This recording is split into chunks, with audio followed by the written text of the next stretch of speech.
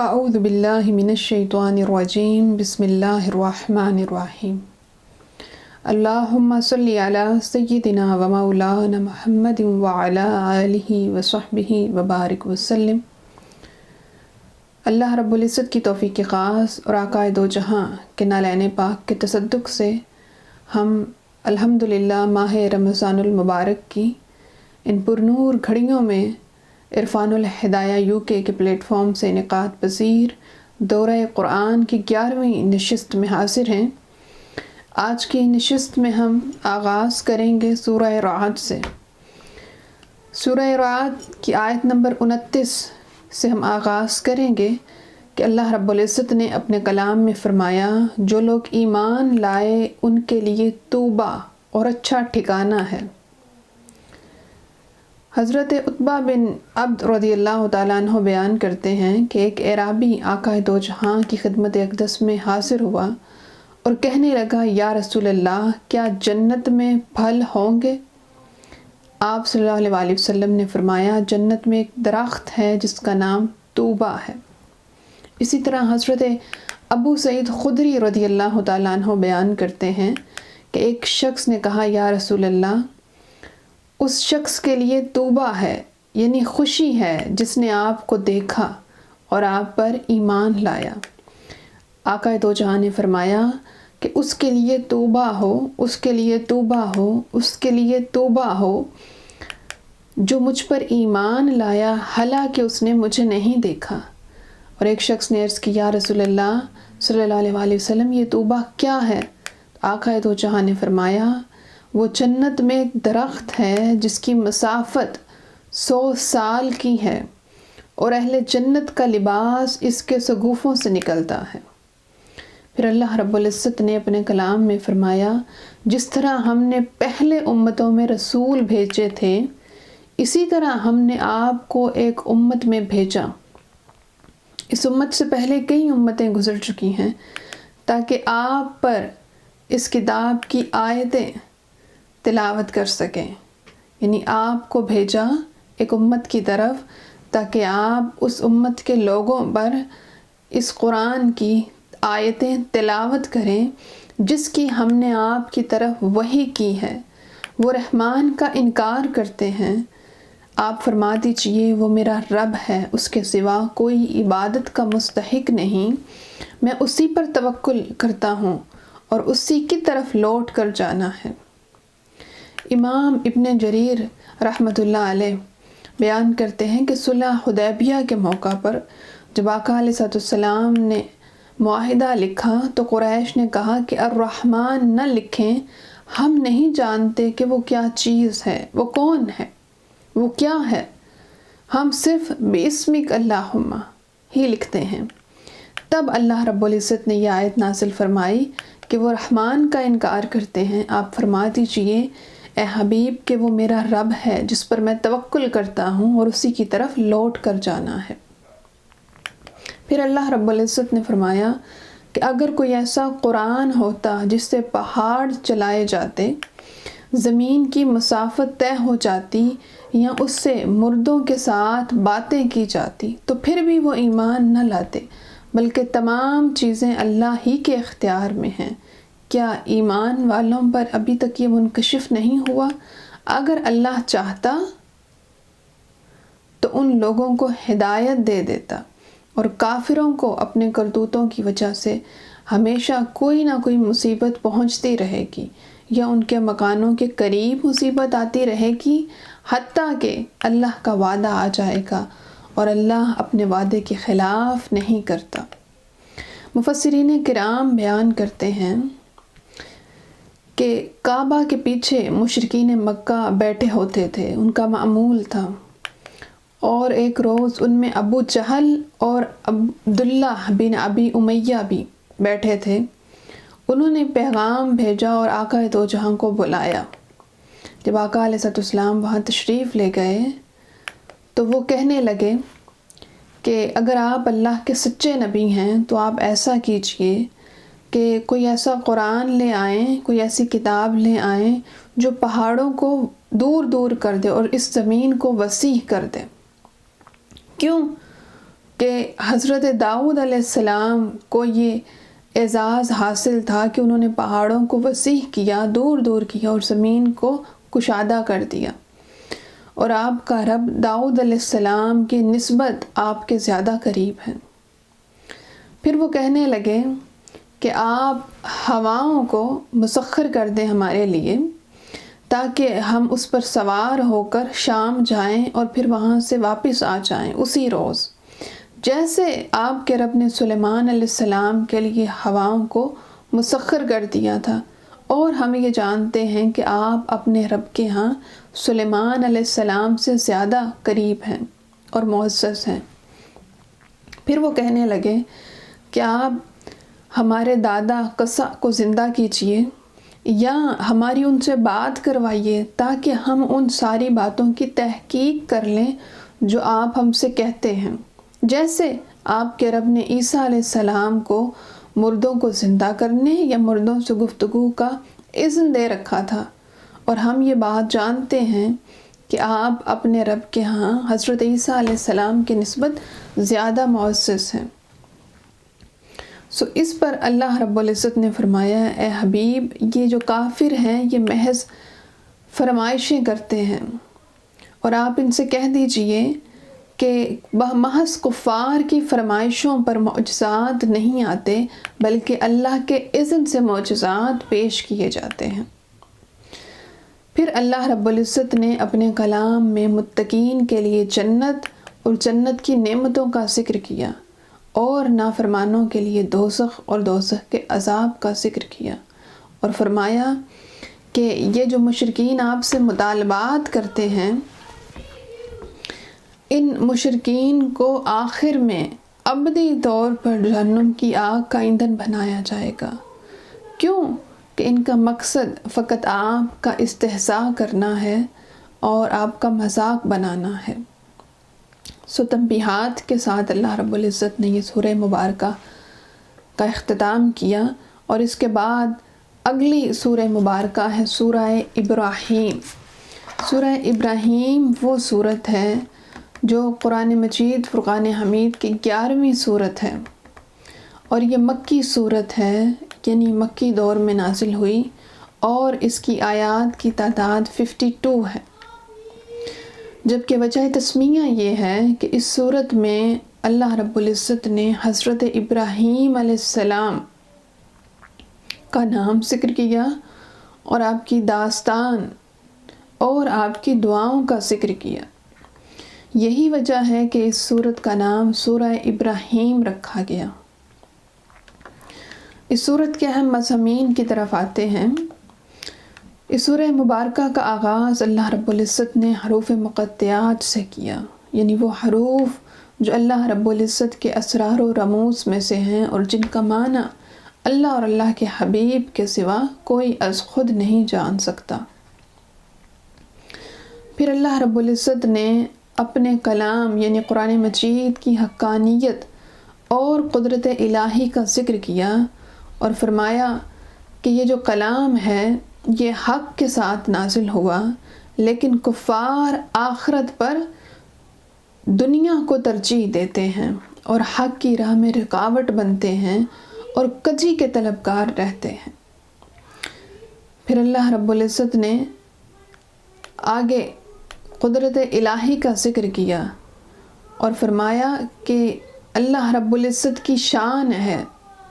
اللہ رب العزت کی یہ قدرت ہے، ہر رسول جو مبعوث کیا وہ انہی کی زبان بولنے والا تھا۔ یہ مضمون اللہ رب العزت نے آگے بیان کیا۔ فرمایا کہ اللہ نے ہر قوم کے درمیان جو رسول بھیجا وہ انہی کی زبان بولنے والا تھا، تاکہ وہ وضاحت کے ساتھ اللہ رب العزت کے احکامات کو بیان کر سکے اور لوگوں پر اللہ کی حجت قائم ہو جائے۔ اللہ رب العزت نے فرمایا ہر رسول جو مبعوث کیا وہ انہی کی زبان میں انہیں سمجھانے والا تھا، یعنی انہی کی زبان بولنے والا تھا۔ وہ اس لیے کہ ہر قوم کی طرف جو رسول بھیجا وہ انہی کی زبان میں ان کو سمجھائے، تاکہ انہیں اللہ رب العزت کے احکامات اچھے سے سمجھ آ جائیں اور وہ ان پر عمل پیرا ہونے کے قابل ہو جائیں، اور لوگوں پر اللہ کی حجت قائم ہو جائے۔ اللہ رب العزت نے ہر قوم پر یہ احسان کیا کہ اس نے ان میں وہ رسول بھیجے جو ان کی زبان میں ان سے بات کرتے، انہی کی زبان میں ان سے کمیونیکیٹ کرتے، تاکہ افادہ اور استفادہ اور افہام و تفہیم میں آسانی ہو سکے۔ آقا دو جہاں صلی اللہ علیہ وآلہ وسلم کی بعثت کیونکہ عرب میں ہوئی اور عربی زبان آپ کی زبان تھی، تو اب اگر کوئی شخص، کوئی اجمی یا کسی اور علاقے کا کوئی شخص یہ اعتراض کرے کہ کیونکہ مجھے عربی زبان سمجھ نہیں آتی سو میں اللہ کے کلام اور احادیث کو سمجھنے سے قاصر ہوں، تو اس پر مفسرین کرام یہ توجیہ پیش کرتے ہیں، یہ وضاحت دیتے ہیں کہ جب ہمارے پاس قرآن مجید، فرقان حمید اور احادیث مبارکہ کی ٹرانسلیشن اور تفسیر، تشریح ہماری اپنی زبان میں ہمیں میسر ہے، تو اب اللہ رب العزت کی طرف سے ہم پر حجت ہو گئی، دلیل آ گئی۔ اب ہمارے لیے کوئی اعتراض یا کوئی وجہ یا کوئی عذر باقی نہیں کہ ہم اللہ کی بارگاہ میں پیش کر سکیں، بلکہ اب اللہ رب العزت کی طرف سے ہمارے لیے حجت مکمل ہو چکی ہے۔ پھر آگے اللہ رب العزت نے گزشتہ انبیاء اور ان کی اقوام کا ذکر کیا، اور بالخصوص حضرت موسیٰ علیہ السلام کی قوم اور فرعون کے مظالم کا ذکر کیا۔ گزشتہ انبیاء میں حضرت نوح علیہ السلام، حضرت ہود علیہ السلام، حضرت لوط علیہ السلام اور حضرت ابراہیم علیہ السلام کا ذکر کیا، جن کا ذکر ہم اپنے گزشتہ نشستوں میں بڑی تفصیل کے ساتھ کر چکے ہیں۔ پھر آگے آیت نمبر 13 میں اللہ رب العزت نے فرمایا کہ ہر دور کے کافروں نے اپنے عہد کے رسولوں کو جلا وطن کرنے کی دھمکی دی۔ ہر دور میں سرکش لوگ اپنے عہد کے رسولوں سے یہی کہتے کہ آپ اپنے دین کی طرف پلٹ آئیں، ورنہ ہم آپ کو جلا وطن کر دیں گے اور آپ کا انجام اچھا نہیں ہوگا۔ اس آیت میں بھی اللہ رب العزت نے اپنے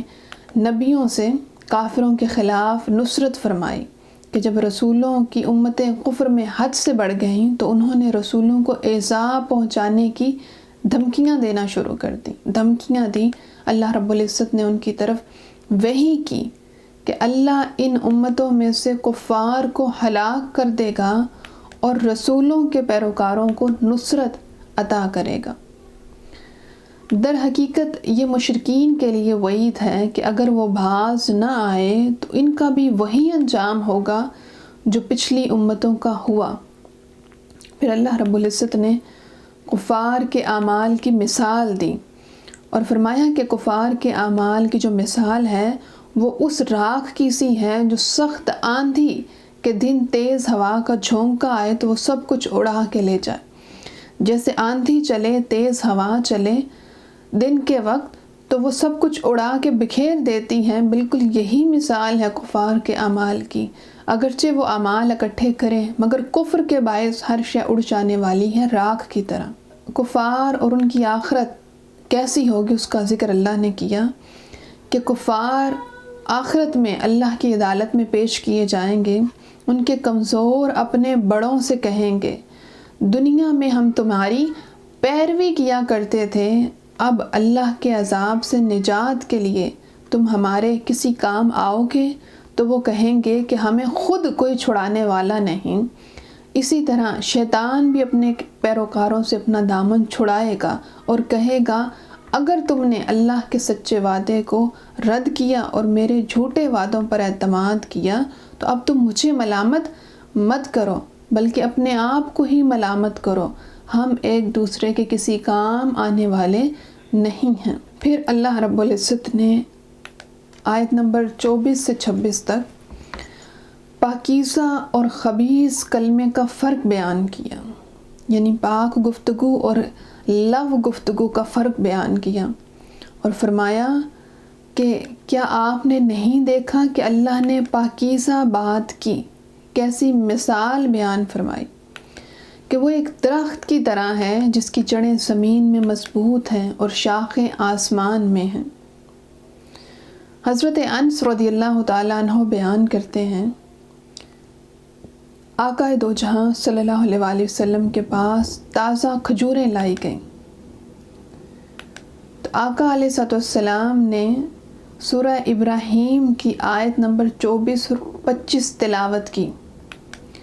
پھر آپ نے فرمایا یہ کھجور کا درخت ہے۔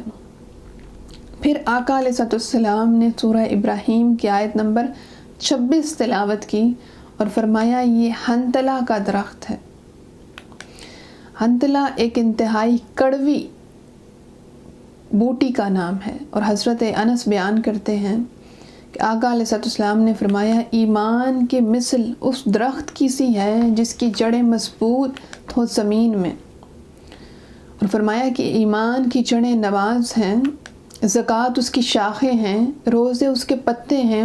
اور اللہ کی راہ میں تکلیف اٹھانا اس کی رویدگی ہے، اچھے اخلاق بھی اس کے پتے ہیں، اور حرام کاموں سے بچنا اس درخت کا پھل ہے۔ پھر اسی طرح حضرت عبداللہ بن عمرو بن العاص رضی اللہ تعالیٰ عنہ روایت کرتے ہیں، آقا دو جہاں نے فرمایا اللہ بےہودہ اور بے حیائی کی باتیں کرنے والوں سے بغض رکھتا ہے، اور اس ذات کی قسم جس کے قبضہ قدرت میں محمد مصطفیٰ صلی اللہ علیہ وآلہ وسلم کی جان ہے، جب تک امین کو خائن اور خائن کو امین نہ سمجھا جائے، بےہودگی اور بے حیائی کا ظہور نہ ہو جائے، رشتوں کو قطع نہ کیا جائے، اس وقت تک قیامت نہیں آئے گی۔ اور حضرت عبداللہ بن عمر رضی اللہ تعالیٰ عنہ روایت کرتے ہیں کہ آقا دو جہاں نے فرمایا مومن کی مثال کھجور کے درخت کی طرح ہے، اگر تم اسے اپنا ساتھی بناؤ تو تمہیں نفع دے گا، تمہیں اس سے نفع ملے گا، اگر تم اس سے مشورہ کرو تو تم کو نفع دے گا، اگر تم اس کے پاس بیٹھو تو تم کو نفع دے گا، اور فرمایا کہ اس کے ہر حال میں نفع ہے، اسی طرح کھجور کے درخت کی ہر چیز میں نفع ہے۔ پھر اس کے بعد اللہ رب العزت نے کائنات کی نعمتوں کا ذکر کیا اور فرمایا کہ کائنات میں پھیلی ہوئی جتنی چیزیں ہیں وہ ساری اللہ رب العزت کی قدرت کا بولتا ثبوت ہیں، اس کی جلالت کی نشانیوں کو بیان کرتی ہیں، اور اس کی نعمتیں اتنی ہیں کہ تم انہیں شمار نہیں کر سکو گے، بے شک انسان بہت ظالم اور بڑا ناشکرا ہے۔ پھر آگے اللہ رب العزت نے حضرت ابراہیم اور حضرت ہاجرہ کا واقعہ ذکر کیا کہ جب حضرت ابراہیم حضرت ہاجرہ اور اسماعیل کو چھوڑ کر جانے لگے تو اس کا ذکر اللہ نے اپنے کلام میں کیا اور فرمایا کہ جب ابراہیم اللہ رب العزت کے حکم سے حضرت ہاجرہ اور اسماعیل علیہ السلام کو مکے کی بے آب و گیاہ زمین میں چھوڑ کر آئے تو رخصت ہوتے وقت اللہ رب العزت سے دعا کی کہ اے میرے رب، میں نے اپنی بعض اولاد کو تیری حرمت والے گھر کے نزدیک بے آب و گیاہ وادی میں ٹھہرایا ہے تاکہ وہ نماز قائم کریں اور لوگوں میں سے بعض کے دلوں کو ان کی طرف مائل فرما اور ان کو پھلوں سے روزی عطا فرما۔ پھر آگے حضرت ابراہیم علیہ السلام کا اولاد کے ملنے پر جو شکر ہے اس کا ذکر اللہ نے اپنے کلام میں کیا اور فرمایا کہ حضرت ابراہیم علیہ السلام نے بڑھاپے میں حضرت اسماعیل اور اسحاق علیہ السلام جیسی اولاد کی نعمت عطا کیے جانے پر اللہ جل مجدہ کی ذات کا شکر ادا کیا اور یہ دعا پڑھی، رب اجعلنی مقیم الصلاۃ ومن ذریتی ربنا وتقبل دعائی ربنا اغفر لی ولوالدی وللمؤمنین یوم یقوم الحساب۔ کہ میرے پروردگار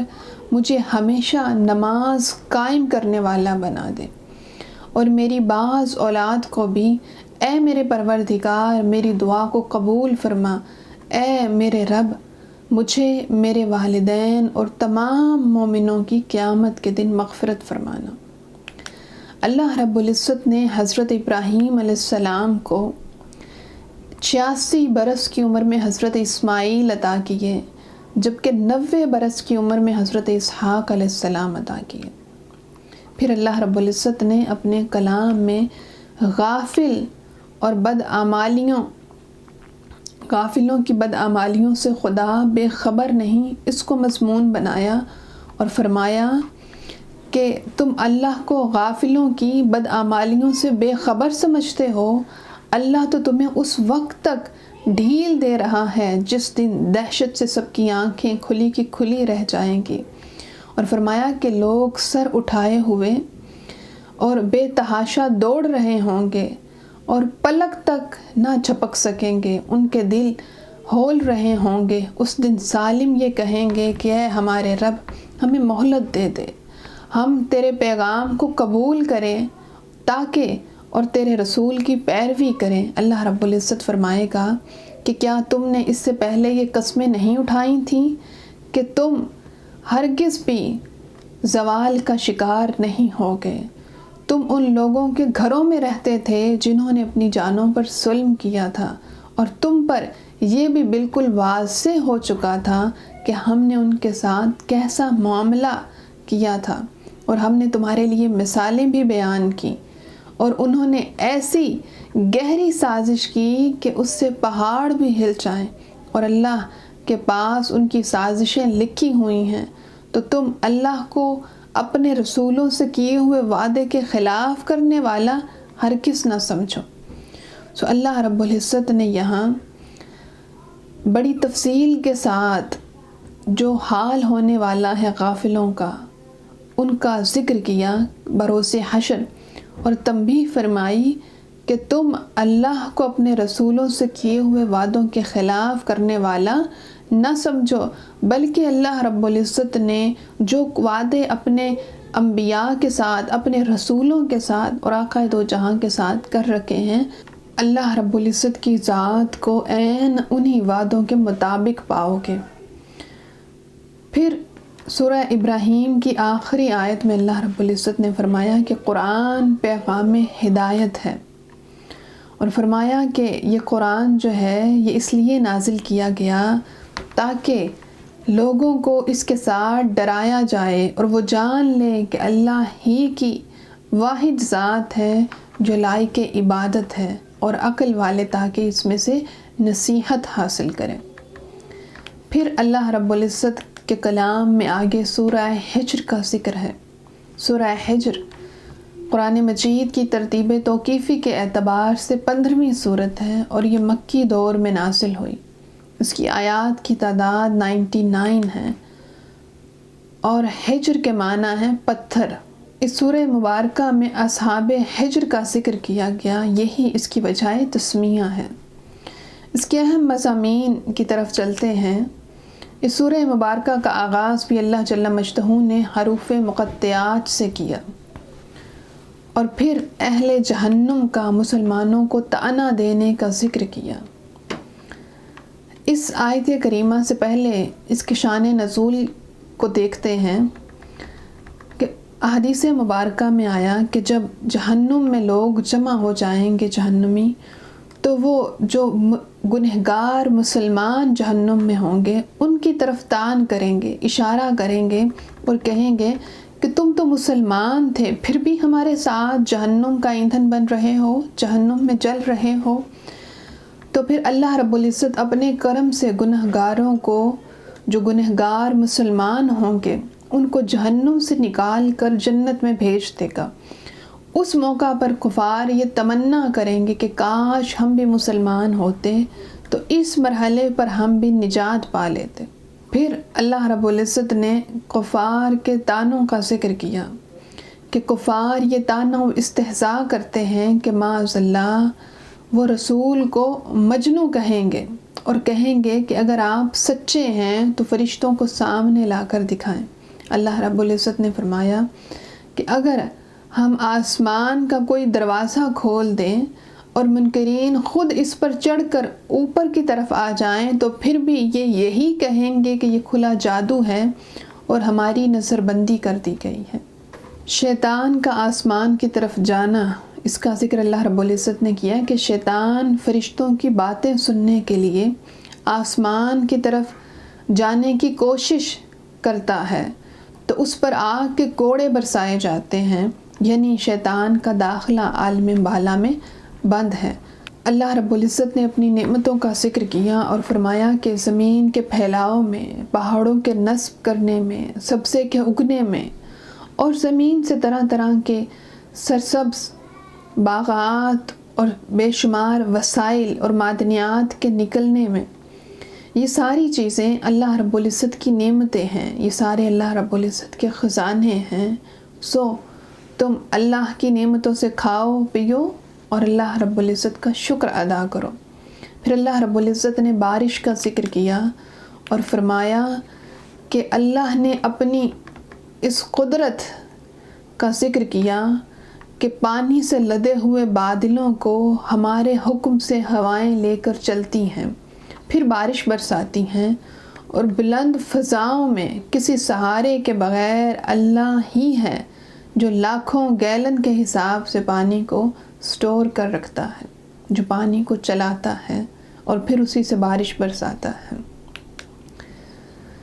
پھر اللہ رب العزت نے انسان اور جنات کے جوہر تخلیق کا ذکر کیا اور فرمایا کہ انسان اور جنات جو اللہ ہی کی تخلیق ہیں، اللہ نے آدم علیہ السلام کا پیکر تخلیق فرما اور فرمانے کے بعد فرشتوں کو حکم دیا کہ وہ تعظیماً حضرت آدم علیہ السلام کو سجدہ کریں۔ ابلیس کے سوا تمام فرشتوں نے سجدہ کیا اور سجدے میں گر گئے، اور وجہ انکار جو ابلیس نے بتائی وہ اپنے جوہر تخلیق کو بتایا، اور اس وجہ سے اللہ رب العزت نے اسے اپنے قرب سے نکال دیا اور قیامت تک کے لیے اس پر لعنت ہوتی رہے گی۔ شیطان نے دھتکارے جانے کے بعد قیامت تک کے لیے اللہ رب العزت کی ذات سے مہلت طلب کی، جو اسے مل گئی۔ چنانچہ اس نے عزم کا اظہار کیا کہ اب اے اللہ میں تیرے چنے ہوئے بندوں کے علاوہ سب کو گمراہ کر دوں گا۔ تو اللہ نے فرمایا کہ میرے منتخب بندوں پر تیرا داؤ نہیں چلے گا۔ اس مقام پر جہنم کے 7 دروازوں کا اللہ رب العزت نے ذکر کیا کہ جہنم کے 7 دروازے اور ان کے نام ہیں جہنم، سعیر، لظا، سقر، جحیم اور حاویہ۔ پھر اللہ رب العزت نے یہاں یہ بھی بیان کیا کہ جو اہل جنت ہیں ان کے دل ایک دوسرے کے لیے پاک اور صاف ہیں، وہ ان کے دلوں میں کسی طرح کا کوئی کینہ نہیں ہوگا، اور وہ اعزاز اور اکرام کے ساتھ، عزت کے ساتھ ایک دوسرے کے مقابل مسندوں پر اور نشستوں پر بیٹھے ہوئے ہوں گے۔ یعنی ایک طرف اللہ رب العزت نے جہنم کا ذکر کیا اور دوسری طرف اللہ رب العزت نے اہل جنت کا ذکر کیا۔ پھر اللہ رب العزت نے اپنے کلام میں حضرت ابراہیم اور لوط علیہ السلام کا ذکر کیا۔ حضرت ابراہیم اور حضرت لوط علیہ السلام کا واقعہ بھی ہم گزشتہ ایام میں بڑی تفصیل کے ساتھ بیان کر چکے ہیں۔ اس کے بعد آگے اللہ رب العزت نے اصحاب ایکا اور اصحاب حجر کا ذکر کیا۔ اصحاب ایکا اور اصحاب حجر، آقا دو جہاں صلی اللہ علیہ وآلہ وسلم کی ایک روایت کے مطابق یہ دونوں وہ امتیں ہیں جن کی طرف حضرت شعیب علیہ السلام کو مبعوث کیا گیا۔ اصحاب ایکا سے مراد وہ لوگ جو گھنے جنگلوں میں رہتے، ایکا سے مراد گھنا جنگل ہے، اور اس سے مراد قوم مدین ہے۔ قوم مدین ناپ تول میں کمی کیا کرتی تھی، اور یہ حضرت شعیب علیہ السلام کی قوم تھی۔ تو اللہ رب العزت نے ایک زبردست زوردار چیخ اور زلزلے کے ذریعے ان پر عذاب نازل کیا، جبکہ اصحاب حجر سے مراد قوم سمود ہے، اور یہ پتھروں میں بڑے عالی شان اور مضبوط گھر بنا کر رہا کرتی تھی۔ اسی نسبت سے اس قوم کا نام اصحاب حجر بھی ذکر کیا گیا۔ اس پر بھی اللہ رب العزت نے ایک زبردست چنگھاڑ کے ذریعے عذاب نازل کیا۔ آقا دو جہاں صلی اللہ علیہ وآلہ وسلم اپنے صحابہ کے ساتھ وادی حجر سے گزرے تو آپ نے صحابہ کرام کو حکم دیا کہ آپ سب یہاں سے روتے ہوئے تیزی سے گزریں، اور جسے رونا نہ آئے وہ رونے والا منہ بنا لے، کیونکہ یہ وہ بستی ہے جہاں پر اللہ رب العزت نے عذاب نازل کیا۔ ایک اور روایت میں ہے کہ صحابہ کرام آقا علیہ السلام کے ساتھ وادی حجر میں ایک دفعہ قیام پذیر ہوئے اور ایک کنویں سے پانی لے کر صحابہ کرام نے اپنے آٹے گوندھے، اور جب آقا علیہ السلام کو علم ہوا تو آپ نے وہ پانی جو برتنوں میں موجود تھا اس کو انڈیلنے، جبکہ وہ جو آٹے گوندے ہوئے تھے ان کو اونٹوں کو کھلانے کا حکم دیا، اور فرمایا کہ جس کنویں سے قوم سمود پانی بھرا کرتی تھی اس کنویں کے پانی سے بنی ہوئی چیزوں کو ضائع کر دیا جائے، جانوروں کو کھلا دی جائیں اور پانی انڈیل دیے جائیں، برتن انڈیل دیے جائیں، جبکہ جس کنویں سے اونٹنی پانی پیا کرتی تھی اس کنویں سے پانی لے کر اس کو اپنے استعمال میں لایا جائے۔ سورہ حجر کی آیت نمبر 88 میں اللہ رب العزت نے قرآن مجید کو ایک نعمت کے طور پر ذکر کیا، اور پھر سورہ فاتحہ کا بطور خاص ذکر کیا۔ اس کے بعد سورہ نحل جو قرآن مجید کی 16ویں سورت ہے، ترتیب توقیفی کے اعتبار سے اور یہ اپنے دور کے اعتبار سے مکی دور میں نازل ہوئی، جبکہ اس کی آیات کی تعداد 128 ہے، اور نحل کا معنی ہے شہد کی مکھی، کیونکہ اس سورہ مبارکہ میں شہد کی مکھی کا بطور خاص ذکر آیا ہے، اسی لیے اس کا نام نحل رکھا گیا۔ زمانہ نزول کو اگر دیکھا جائے تو ہجرت حبشہ کے بعد مسلمانوں پر بہت زیادہ مظالم کیے جاتے اور مسلمانوں کو بے حد مجبور کیا جاتا، یہاں تک کہ یہ سوال اٹھنے لگا کہ اگر اپنی جان بچانے کے لیے مسلمان کلمہ کفر کہیں تو ان کے ساتھ کیا سلوک ہوگا۔ یہ وہ دور تھا جس دور میں اللہ رب العزت نے سورہ نحل کو نازل کیا، اور اس سورہ مبارکہ کے اہم مضامین میں سب سے پہلے چوپایوں کا ذکر ہے۔ اللہ رب العزت نے چوپایوں کی پیدائش کا ذکر کیا اور فرمایا کہ چوپائے جن میں انسانوں کے لیے کئی طرح کے فوائد ہیں، یہ انسانوں کے لیے راحت کا سبب ہیں۔ ان میں سے بعض جانوروں کو کھایا جاتا ہے، بعض کا دودھ پیا جاتا ہے، بعض پر سواری کی جاتی ہیں، بعض بار برداری کے کام آتے ہیں، اور پھر اس طرح اللہ رب العزت نے ذکر کیا اور دیگر فوائد کا بھی ذکر کیا، جیسے بھیڑ کی اون سے لباس بنتا ہے، اور پھر گھوڑے، خچر، گدھے یہ بھی جانور ہیں، چوپائے ہیں جو انسان کی خدمت پر مأمور ہیں۔ پھر اللہ رب العزت نے پھلوں اور دیگر نعمتوں کا ذکر کیا اور فرمایا کہ زمین سے پیدا ہونے والے پھل اور پھلوں کے علاوہ سبزیاں یہ اللہ کی نعمتیں ہیں، اور یہ کہ شمس و قمر، ستارے اسی رب کے حکم کے تابع ہیں۔ انسان سمندر پر سواری کے لیے بھی سفر کرتا ہے اور مچھلیوں کا شکار کرتا ہے تاکہ تازہ گوشت کھا سکے، اور ہر قسم کے زیورات اور استعمال ہونے والی چیزیں سمندر کی تہوں سے نکلتی ہیں۔ ان نعمتوں کا تفصیل کے ساتھ اللہ رب العزت نے اپنے کلام میں ذکر کیا، اور ذکر کرنے کے بعد فرمایا کہ اگر تم اللہ کی نعمتوں کو شمار کرنے لگو تو تم اس کی نعمتوں کا احاطہ نہیں کر سکتے، یعنی اللہ رب العزت کی نعمتیں اس قدر وسیع ہیں جو اس نے اپنے بندوں پر کی۔ مشرکوں کے باطل معبودوں کا ذکر کیا اور فرمایا کہ مشرکوں کے باطل معبود خود مخلوق ہیں، بے بس ہیں، اور ان کی بے کسی کو بیان کرتے ہوئے فرمایا کہ وہ بے جان ہیں، نعمت حیات سے محروم ہیں، انہیں خود اپنے انجام کا کچھ علم نہیں، جبکہ مسلمانوں کا معبود اللہ وحدہ لا شریک ہے، وہ ظاہر اور باطن کو جاننے والا ہے، وہی خالق ہے، وہی مالک ہے، اور وہ سب کا رب ہے، رب العالمین ہے۔ پھر اللہ رب العزت نے گمراہوں کے رہنما کا ذکر کیا اور فرمایا کہ جو لوگ گمراہوں کے رہنما ہیں وہ اپنے گناہوں کا بوجھ بھی اٹھائیں گے، اور جنہیں ان لوگوں نے گمراہ کیا، یعنی ان کے ذریعے جو لوگ گمراہ ہوئے، ان کا وبال بھی ان پر ہوگا، اور اہل تقوی اور اہل ایمان کو عطا کی جانے والی نعمتوں کا ذکر کرتے ہوئے فرمایا کہ ان کی وفات کے وقت فرشتے ان پاکیزہ روحوں کا استقبال کریں گے اور ان پر سلامتی بھیجیں گے۔ مفسرین کرام یہاں بیان کرتے ہیں کیونکہ اللہ رب العزت نے بیان کیا کہ گمراہوں کے جو رہنما ہیں وہ اپنی گمراہی کا بھی عذاب چکھیں گے، اور جو لوگ ان کے ذریعے گمراہی کے راستے پر چلے ان کا وبال بھی ان پر ہوگا۔ جیسے نیکی صدقہ جاریہ ہے، اسی طرح اگر ہم گناہ کی دعوت دیتے ہیں اپنی ذات سے، اپنے قول سے، اپنے فعل سے، تو پھر ہمیں اس بات پر غور و فکر کرنی چاہیے کہ کہیں ایسا تو نہیں کہ ہماری برائی جو ہے وہ دوسرے شخص میں منتقل ہو،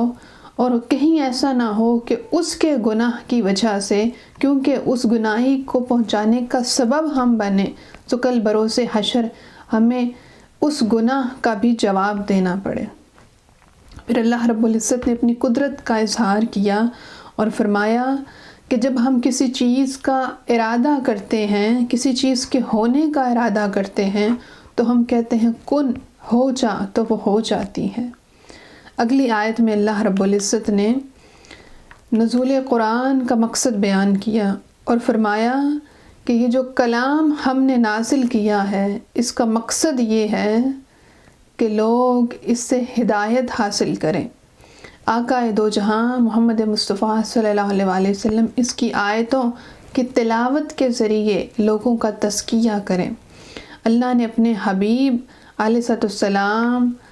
کو مخاطب کرتے ہوئے فرمایا کہ ہم نے آپ سے پہلے بھی مردوں کو رسول بنایا جن کی طرف ہم اپنی وحی نازل کرتے،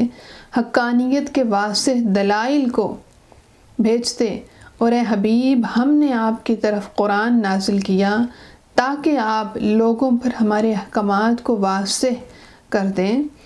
اور جو آپ کی طرف اتارے گئے ہیں۔ اور قرآن نے یہ بھی فرمایا کہ جو کچھ آپ نہیں جانتے وہ اہل علم سے پوچھ لیا کرو۔ قرآن کا یہاں یہ بھی حکم ہے کہ اگر تمہیں خود کسی بات کا، کسی چیز کا علم نہ ہو، حاجت ہو، تو پھر سوال کر کے علم حاصل کر لیا کرو۔ علم کے حصول کی طرف بھی یہاں اشارہ ہے۔ پھر اللہ رب العزت نے فرمایا کہ کائنات کی ہر شے اللہ کو سجدہ ریز ہے۔ فرمایا کہ جو چیز بھی اس کائنات میں ہے اللہ رب العزت کی قدرت میں ہے، وہ ہر شے مصروف عبادت ہے، یہاں تک کہ چیزوں کا سایہ جو دائیں بائیں جھکتا ہے وہ بھی اللہ رب العزت کو ہی سجدہ کرتا ہے۔ اور اللہ نے فرمایا کہ دو عبادت کے مستحق نہیں، یعنی اللہ کے ساتھ کسی کو شریک نہ ٹھہراؤ۔ اللہ ایک ہے، وحدہ لا شریک ہے، اور فقط وہی عبادت کا مستحق ہے۔ پھر آگے اللہ رب العزت نے اپنے کلام میں جو مشرک اللہ کی طرف بیٹیوں کی نسبت کرتے تھے اس کا ذکر کرتے ہوئے فرمایا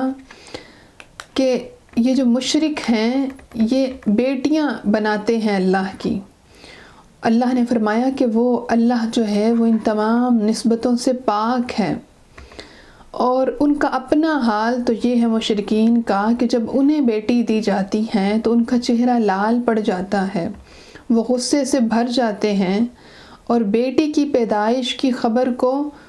انتہائی غمزدگی کے ساتھ سنتے ہیں کہ یہ بڑی بری خبر ہے، اور پھر اگر کسی کو یہ خبر مل جائے تو وہ مارے شرم کے، شرمندگی کے، کہ جیسے اس نے بہت بڑا گناہ کیا ہو، اپنے آپ کو اپنی قوم سے چھپاتا پھرتا ہے کہ بیٹی کو ذلت، کہ بیٹی کی پیدائش کی ذلت اٹھانا پڑی۔ اور پھر اللہ نے فرمایا کہ پھر اس رسوائی سے بچنے کے لیے وہ بیٹی کو زندہ دفن کر دیتے ہیں۔ اس سے ہمیں یہ بھی پتہ چلا کہ جس عہد میں قرآن پاک نازل ہو رہا تھا اس میں بیٹیوں کے حوالے سے لوگوں کی سوچ کیا تھی۔ پھر اسلام آیا اور اسلام نے عورت کو ایک مقام عطا کیا، خواہ وہ ماں ہو۔ اگر ماں ہے تو آقا علیہ السلام نے فرمایا کہ الجنۃ تحت اقدام الامہات، جنت ماں کے قدموں تلے ہے۔ اگر وہ بیٹی ہیں تو وہ رحمت ہے، اگر وہ بہن ہے تو وہ محسن ہے، اگر وہ بیوی ہے تو شوہر کے ایمان کی محافظ ہے۔ اور اسلام آیا اور اسلام نے اللہ اور اللہ کے حبیب علیہ السلام نے عورت کو نہ صرف معاشرے میں ایک مقام دیا بلکہ اسے وراثت میں حقدار ٹھہرایا۔ حضرت عمر فاروق رضی اللہ تعالیٰ عنہ بیان کرتے ہیں کہ قیس بن عاصم اسلام قبول کرنے کے بعد آقا علیہ السلام کی خدمت میں آئے اور عرض کی، یا رسول اللہ، میں نے زمانہ جاہلیت میں اپنی 8 بیٹیوں کو زندہ دفن کیا۔ آقا علیہ السلام نے فرمایا کہ ہر ایک کی طرف سے ایک غلام آزاد کرو۔ تو وہ عرض کرنے لگے، یا رسول اللہ، میرے پاس اونٹ ہیں۔ تو آپ نے فرمایا کہ ہر بیٹی کے بدلے میں ایک اونٹ کو قربان کرو۔ اللہ رب العزت نے اپنی قدرت کی نشانیاں اگلے مضمون میں بیان کی اور فرمایا کہ دودھ دینے والے جانوروں کے پیٹ میں خوراک جاتی ہے اور ان کے معدے کے ایک ہی کارخانے میں رنگین اور بدبودار اور ناپاک گوبر پیدا ہوتا ہے اور خون بنتا ہے، اور ان دونوں ناپاک اور رنگین چیزوں کے درمیان ہی چاندی کی طرح چمکتا، صاف، شفاف، سفید اور پاکیزہ دودھ بنتا ہے۔ پھر آگے اللہ رب العزت نے شہد کی مکھی کا ذکر کیا کہ اللہ نے ایک چھوٹی سی مخلوق کو پہاڑ، درختوں اور چھپروں میں اپنا مستحکم گھر بنانے کا شعور عطا کیا۔ پھر شہد کی مکھی طرح طرح کے پھولوں سے رس چوس کر آتی ہیں اور اس کے معدے کے کارخانے میں شہد بنتا ہے جس میں انسانیت کے لیے شفا ہے۔ آقا علیہ السلام کی ایک حدیث پاک ہے کہ شہد کی مکھی کیونکہ مختلف طرح کے پھولوں سے رس چوستی ہے، جن میں رس کڑوا بھی ہوتا ہے اور میٹھا بھی ہوتا ہے، اور یہ جو شہد میٹھی ہوتی ہے اس میں راز یہ ہے کہ شہد کی مکھی رس چوستے ہوئے مسلسل آقا دو جہاں کی ذات اقدس پر درود پاک پڑھتی رہتی ہے، اور یہ درود شریف کی برکت ہے کہ شہد انتہائی لذت بھرا اور میٹھا ہوتا ہے۔ پھر آگے اللہ رب العزت نے خاص مثال دے کر توحید کا ذکر کیا، فرمایا کہ ایک مجبور بے اختیار غلام جو کسی چیز کا خود مالک نہ ہو، اور دوسرا وہ جس کے پاس رزق ہو، فراوانی ہو، اور وہ ظاہر اور پوشیدہ اس رزق کو خرچ کرتا ہو۔ اسی طرح ایک شخص گونگا